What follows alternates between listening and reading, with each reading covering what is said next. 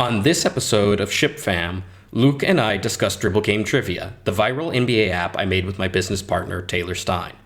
Dribble Game has hit 5,000 DAOs with a steady influx of new users, but it does not yet make enough money to financially support me.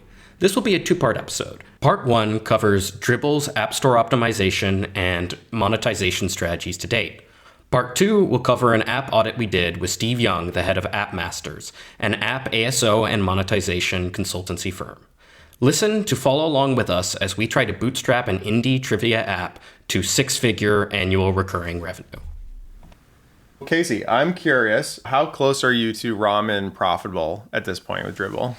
Yeah, so Dribble Game's honestly been doing pretty well, but it's in this tough middle ground, but I don't know the exact metrics here to call yourself ramen profitable. Default alive is another one. So if you feel like you've got infinite runway, but you're not necessarily growing beyond that. We're well above our input costs at this point. But what about you personally? Like, you have your own cost for living. So ramen profitable would be like, you can live indefinitely off of the income, but like you might not be, saving or buying a big house or anything like that. Gotcha. Yeah, this is embarrassing. I'm actually not that in the loop with the different startup lingos. It's actually super helpful to learn the terminology here. Yeah, so in terms of absolute desperation, I can get by and survive. I have back calculated it based off revenue per day. I know that's kind of a weird number to work with, but the point is I have cash inflow and I have cash outflow, and I need a way to make them apples to apples. The way I decide to do that, they can meet anywhere, but I decided I was going to meet in the middle on comparing both on per day basis. So after considering all my expenses for my daily life, and then considering our top line revenue, how that converts after we pay the App Store and the Play Store, after we pay our server costs, and then after I split profits with my partner, I know I need about $500 a day in total net revenue. So that's like that. And that's just from Dribble. That's from Dribble Game, right? Yeah. And that's before any kind of App Store cut? Yes, that is like the absolute gross revenue number before any cuts whatsoever. And that's what I have in my dashboard right now. And you're close to like 100 right now, right? Yes, so I'm at, it's bounced up and down. I shipped a bunch of bugs last week that completely tanked our revenue for a number of reasons. And we're in the recovery from that. So we were down to like $40 a day in gross revenue, but that was mostly just a combination of an outage, some issues with our ads, and so on. But yes, aside from the outage last week, we are fairly sustainably hitting $100 gross revenue and about 4,000 daily active users, with somewhere between 200 to 250 new users coming in each day. You have 200 organic downloads a day? That's actually just iOS, but Android's not that much. Android's like 20 to 30. So yeah, we have a lot of... So Android's like an additional 10%? Yep. 15%? Yep. Across the board, Android adds somewhere between 10 to 20%. I think they're actually 20% of our dailies and our new users, but they're only 10% of our revenue just because they tend to be lower cash generating. A little more stingy. Yep. Yeah.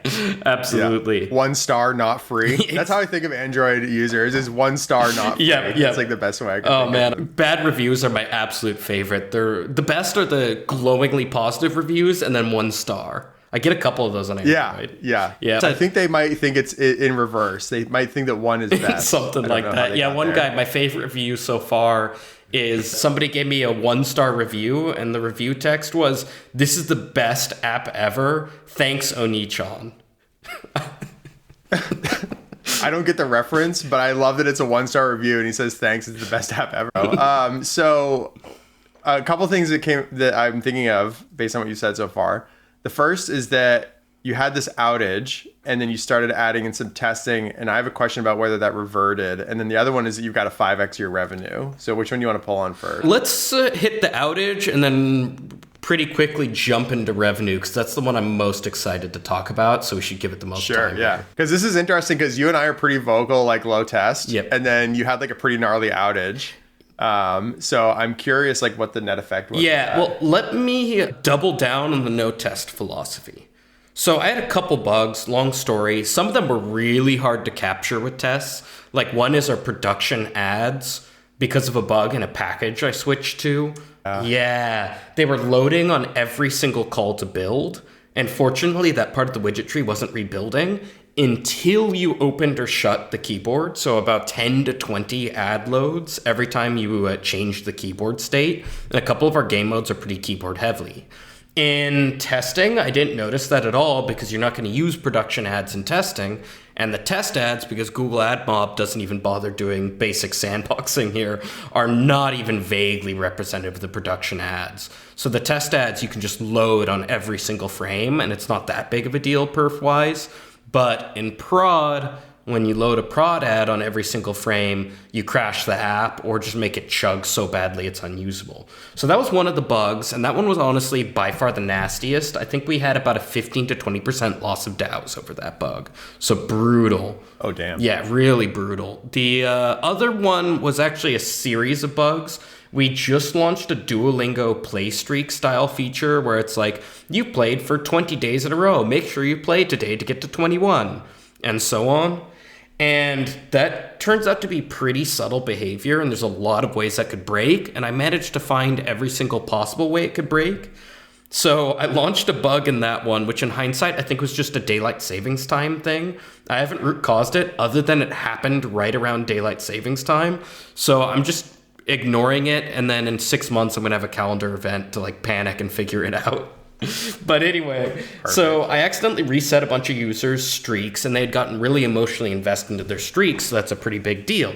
So I'm like, wow, I've really been cowboy for too long. It's time to stop being a Flutter cowboy and actually have some tests in this project. So I wrote my absolute very first set of tests over a year into the project, and I found no issues, which gets back to, I think it was a DST thing. I haven't found a way to even test that if it was a DST thing. That's something I'm gonna have to figure out in 6 months. And so all my tests passed. I'm like, okay, weird. And then I shipped the build that did nothing but add the tests and a couple other minor features. And the hilarious part is I broke everybody's streaks again. Because in adding testing, I had to make my logic able to be kind of ripped out and dependency injected. Yeah. And in the process of making it injectable, I introduced a production bug. So the tests were great, and then prod was broken because I added the tests. And on some level, I'm just joking and saying I'm doubling down on no tests. I really should have tests, and the real answer there is to just have integration tests and unit tests and widget tests. But it really goes to show you that it's the kind of thing where sometimes incremental effort can even be net negative. That I kind of like what I've done so far, where it's absolute full cowboy. And then at some point, you're going to have to make the switch. And when you make the switch, you should go pretty rigorous, because something in between, honestly, isn't going to help you that much. And it may even hurt you. It almost sounds like the only way to really catch that is manual QA testing, like user acceptance testing, and maybe some sort of telemetry, like detecting low frame rate events or something like that in Flutter, and then using that to trigger some sort of analytics event. Yeah, at my scrappy level, I think the way to do it is just manual QA. Taylor, the guy I'm working with, he does manual QA on every build, but right now we're in separate time zones, and I just got lazy and didn't want to wait for the time zone review cycle, which was completely on me. And he even said, wait, dude, why'd you ship without QA? Normalization of deviance, man. Are you familiar with that concept? No, but it sounds There's fun. this really cool, well, I don't know if cool is the right word, but there's this set of videos from, let's see if I can find it. It's normalization of deviance, and it's from the IAFF, which is one of the firefighting, it's like the International Firefighters Association or something like that. And the guy who's talking is Mike Mullane, and he's talking about the Challenger disaster and how the Challenger disaster was avoidable if only the engineers did not normalize deviance. So in this case, normalizing deviance was essentially allowing process to break down, which resulted in like a catastrophic failure and the death of a bunch of astronauts. But it's funny because it's shown at a lot of mechanical engineering universities in like the senior year. So that's where I first saw it. But yeah, of course, in software, like, you know, for the stuff we're building, nobody's dying. But normalization of deviance, regardless, is definitely a thing. Yep. My dad really hoped I'd become a doctor, and I went into app dev instead because I don't want that level of responsibility on my hand. I don't want to be shipping bugs to prod when prod is some patient's life. Yeah, exactly. So yeah, it's interesting. And did you feel like the numbers bounce back? Yeah. Oh, they've already bounced back really fast. We're not quite where we were before. Another thing is our conversions seem down too, so I have to poke around in that. I haven't really figured that out. That could be related if you give users a pretty bitter experience. Of course, they're a lot less likely to convert. We're getting about back to where we were. I think right now we're at like 60 to 70. I feel reasonably confident we can get back to at least like 90 a day without changing much, just by giving it time for people to be a little less upset at us and for their memory to fade, and or just for users to replace all the ones that are churning out because they were bitter at the crappy experience. So did it affect your revenue for those days? Oh, yeah. Revenue was terrible. Ad revenue, of course, was tanked because AdMob is really fussy and it's a total black box. But if you aren't doing everything in the exact right way, your CPM tanks. So my banner ad CPM tanked because I was doing all these loads on ads that were not converting into impressions. They have a magical formula based off how long the widget was displayed and God knows what else to determine if there was an impression. And of course, if you're loading 10 ads and immediately throwing them away, there's no impressions there. So that not only means you're not getting paid for those false impressions, you also, for the impressions you do end up getting, get a much, much lower payout just because, well, whatever formula they use and whatever bidders are bidding on, that of course doesn't look good, and so they bid less.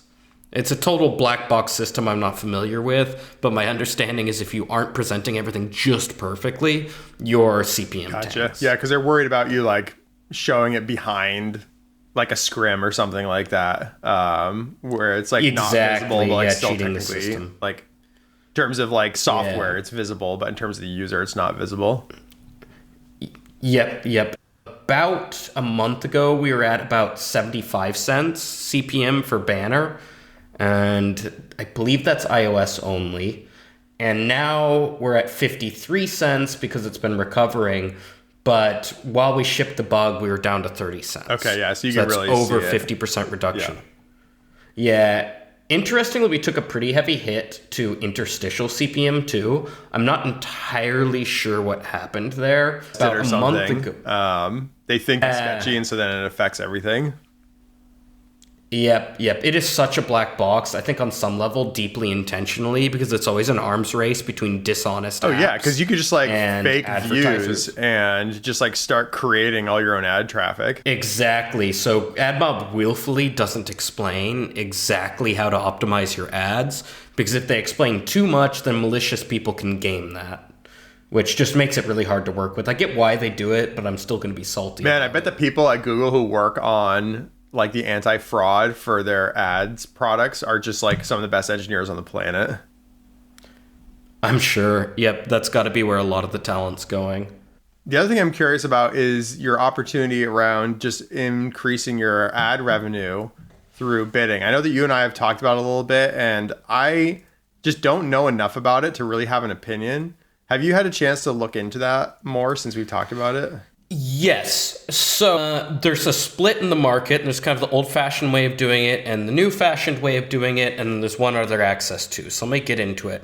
There's waterfall bidding and header bidding. And then the opposite axis, you can do like server-side mediation versus client-side mediation. So let me dive into that. Waterfall means I have a prioritized list of advertisers that I serve ads through, ad networks. So that could be like AdMob, and then Facebook, and then AppLovin.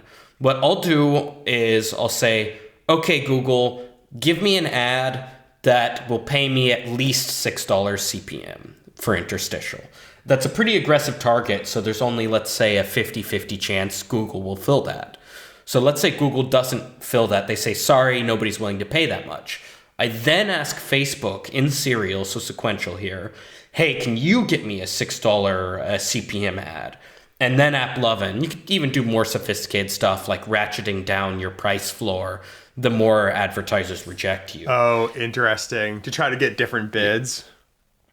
Yeah, and so you're really just trying to get the best bid possible and from the different ad networks, and the way you're doing that is you're going to them one by one and basically highballing them.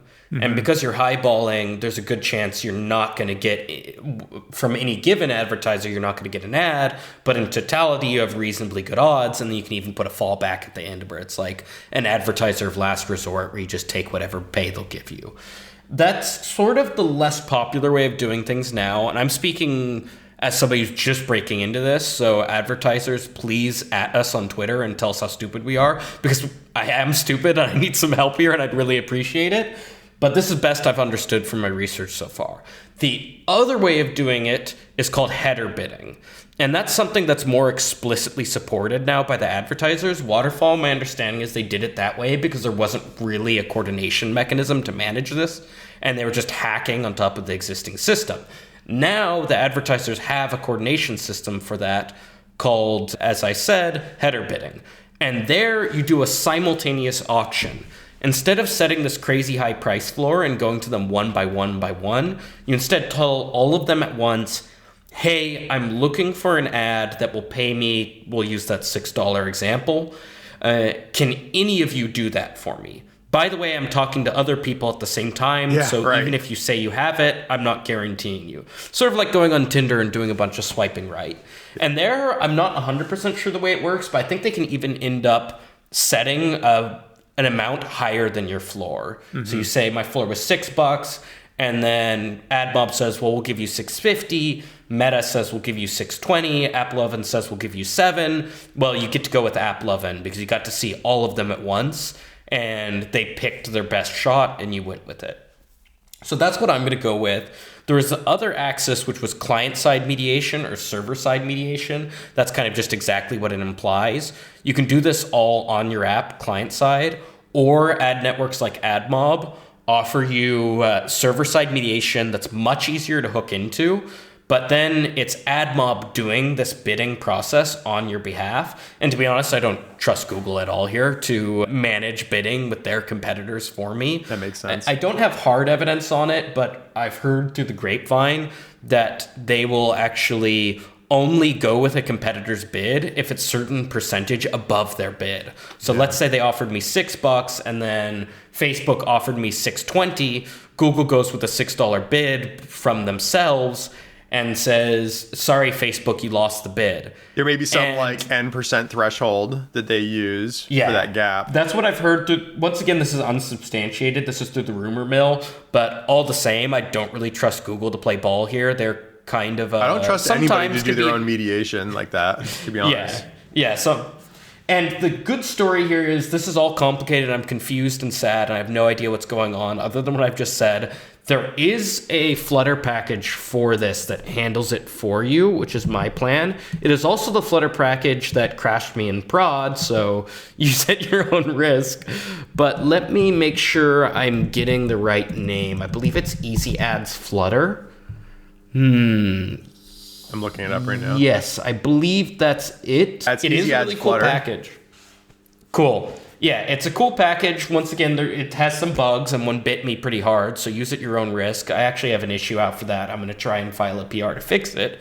But it handles all this stuff for you, which is just such a weight off my back. Even if you're only working with AdMob and you're not trying to do any header bidding or anything like that, use Easy Ads Flutter, because Google has, for some reason, decided that they want their AdMob SDK to be the worst SDK I've ever seen in dark. And that's the one that uses native views, isn't it? My impression is they almost all use native views. It's the sad reality of Flutter is you're a bit of a second-class citizen to all these big providers. So you're getting really crummy, kind of janky, buggy wrappers. Easy Ad Flutter is a wrapper on top of AdMob and AppLovin, etc. So you're still going to get the same kind of awkward native to Flutter layer. Unfortunately, as far as I know, there's no end-to-end native ads platform right now on Flutter. Got it. Yeah, Easy Ads Flutter, it just does a bunch of the quality of life stuff for you. because one, AdMob has really poor quality of life for using its SDK because they're trying to maintain parity with their like 2010s era Java API. So imagine 2010s Java and Dart, and that's what you've got. And then on top of that, of course, they're not going to help you do client-side mediation with their competitors because they want you to use their server-side mediation, but scams you. So allegedly scams you. Allegedly scams. Yes, yeah. It wouldn't surprise me, but we'll say allegedly. Allegedly, yes. I mean, their explanation from, once again, this is all rumor mill from what I've heard, is that AdMob ads are higher quality ads in ways that aren't captured by raw price. So even if the Facebook ad paid more money, the Google ad was a better ad and thus had more total value to the developer. I think their explanation is, we have better fraud protection and stuff like that, so you're less likely to churn your user from showing them a scam or something related. Which, gotcha. Okay, maybe, but man, is that convenient. Yeah, that's right. That's up to you to decide, right? Like if you want to, you should be able to, when you're doing these bidding, you should be able to apply your own weights. So if you prefer the AdMob's 20% more, then you should be able to provide like a 1.2K factor to the bidding. Yep. Is my take. Yep. And saying all this with like huge caveat that this is just my amateur research here. So I could be missing stuff. If you guys know better, I'd love to hear about it because I am trying to learn more about this as we go. And I'd love to come back on and do another deep dive on ads in the future on the podcast to explain what we've learned since then.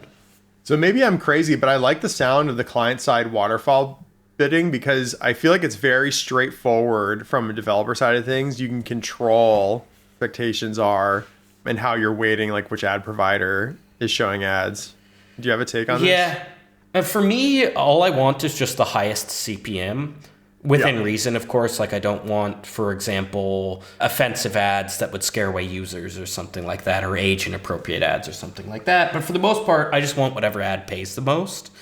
And header bidding is going to get you, I don't know the exact ratios, but it's probably going to get you higher CPM because there's the opportunity to find out if one of your lower priority networks was going to outbid your higher priority network. Got it. Yeah. Got it. That's pretty cool. So do you have any expectations or goals for how much you're going to increase ad revenue from implementing either of these two methods? Yeah, so I'm not even totally considering waterfall just because header bidding was more appealing to me just to goose it as much as possible. From talking to some people that know the ad space more than me, I've heard my like reasonable expectations, my like 95% confidence interval is something like 20 to 40% extra CPM. Okay. All right. Well, it doesn't get you 5x, but it gets you what, 10% on your revenue right now? Yeah, since ads are only a portion of our revenue, that probably washes out to about 10 to 15%, which isn't great, but it's starting to add up. One other interesting thing is I'm working with a direct advertiser who is representing a sports gambling company, and they are offering me a $3 CPM on banner ads, which is way, way higher than our current one. At our worst, we've been 50 cents. At our best, we've been like 80 cents CPM for banner ads. So I'm pretty excited to get that going. Unfortunately, it's just been an enormous amount of technical difficulty and logistics issues getting those ads up and running. I'm hoping that'll be done by end of month because that is, of course, like a free boost ad revenue. They're also offering interstitial, but only $6 CPM. I agreed to the $6, but let them know I'd kind of want to ratchet up after our like probationary period they're putting me through. And I'm guessing I could probably get them to 7 to 8 CPM for interstitial. I think a big part of this are gambling, which pays higher. And that leads me another direction is in AdMob. I have not enabled gambling ads yet. To be honest, the main reason is like I'm a little nervous wading into that space, both ethically and legally. My understanding, 100% not a lawyer here, is that I can turn on gambling ads legally, and I believe I'm okay doing it ethically, so we're going to try that out in a trial period. It's just letting AdMob serve us gambling ads as well. Is this one of those things where you could just ask somebody how old they are when they first open the app and then segment them? I'm probably not going to dive too deep into the details just because since this is like legally adjacent, I really don't want to inform people incorrectly. No, but I mean, just from like a product experience standpoint. Yeah, my understanding is that Google more or less does that under the hood. And there's a bunch of escape valves on the other end too, where if somebody who is not legally able to gamble sees a gambling ad because they're too young or something like that, the copy explains to them that they must be 18 plus or whatever the region dictates. And then the site ensures that they actually do meet that age threshold. Yeah, they all have those age gates when you first get onto the site. Yeah. So my initial understanding going into this and why I didn't want to do gambling ads is I thought you weren't even allowed to show somebody who wasn't eligible to gamble a gambling ad. But my understanding now is, at least with respect to age, geo is kind of a different story, but with respect to age, once again, 0% a lawyer, please don't act on this advice. This is just what I figured out to the best of my knowledge. Is you can show somebody who's not eligible to gamble because of their age a gambling ad, so long as the ad makes it clear they're not eligible and you didn't target them. That last part is key.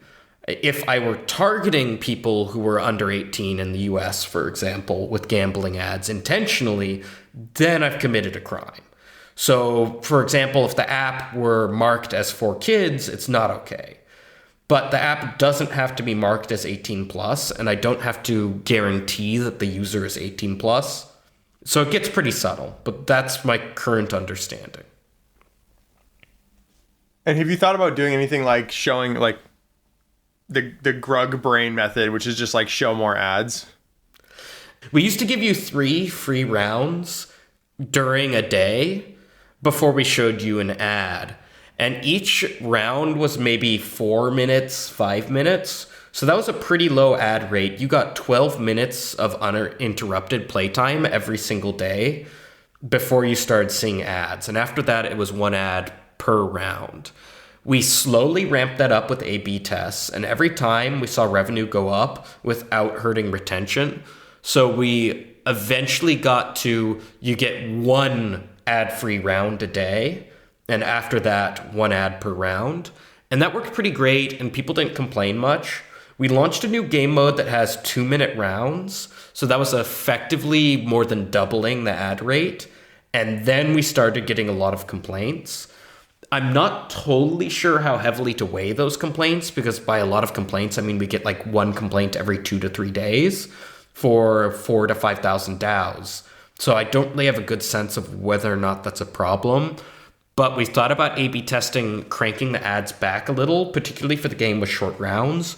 Another one we really want to try is replacing every, let's say, 4th ad with a mini game or a survey or something like that, because the user is already primed to expect interstitial content.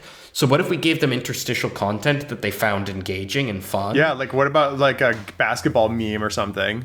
Yeah, this is something that I keep thinking about is like, I want to do a new app here coming up. And one of the things I want them to do is come back every day to do something fairly difficult. And the thing that I keep running into is like, I want to be able to show them one new thing every time they show up. Right. Yep. So whether that's a badge or like some useful, like genuine educational content. But then I was thinking to myself, like, what else could we do that'd be low effort but high engagement? I was just like, oh, just like topical memes. So like if you could just like throw in like hey, you got a meme, boom, you get like an interstitial meme. Like that's seems pretty awesome and low lift. Yeah, memes are like great ways to build engagement. We have a Discord, and that was actually one of our highest engagement posts we did. Every once in a while, we try and get people to post things like, who do you think the GOAT is? And so on, just to get conversations going. And the one that was by far the most successful is like, hey, I want to put some memes inside the app. Please share your favorite basketball memes here. Oh my God, I got the most insane idea. Let's hear it. What if you had a whack-a-mole game with the faces of the players that like popped up for like a 15-second interstitial experience where it's just like their heads like popping up out of holes and you have to like tap them really quickly? Oh my God. I love it. I love it. I do want to experiment with a lot of mini games like that, and then turn the most successful mini games into more fully fledged experiences. The biggest barrier there is figuring out how to do that in a really scrappy way. Ideally, that's all server-side configured, but there just isn't really a good story for server-side with Flutter right now, especially when you're talking about something like a game, which tends to be pretty animation-heavy. We should do a brainstorming session, like an entire episode that's a brainstorming session of doing mini games in Dribble. I love it. We should get somebody from Flame Engine to come on, and we could all just like brainstorm low-lift mini games. Love it. So to step back a little, we talked about where I was before, about $100 a day. I'm down to like $60, but let's just call it 90 because I think I can recover. And hey, napkin math, and it makes me feel better. Let's just call it 100 for the sake of this. Sure. Yeah. I want to get to 500, so that means I need to 5x. And keep in mind that is like absolute bare minimum life survival for me, because you have to remember that's before we include App Store cut, that's before my partner's cut, and so on. So 500 gross gets me just barely enough to live off of. I'd really like some headroom on top of that, but for now I'm setting my milestone at 500 gross revenue and working backwards from there. So it sounds like for you, ramen profitable is 500 a day, which would make you like 20% ramen profitable. Is that right? Yep, that sounds about right. Cool. So what do you think you need to 5x it? Because there's like a lot of options here. Like one thing that I love about Dribble is that you guys have really engaged users.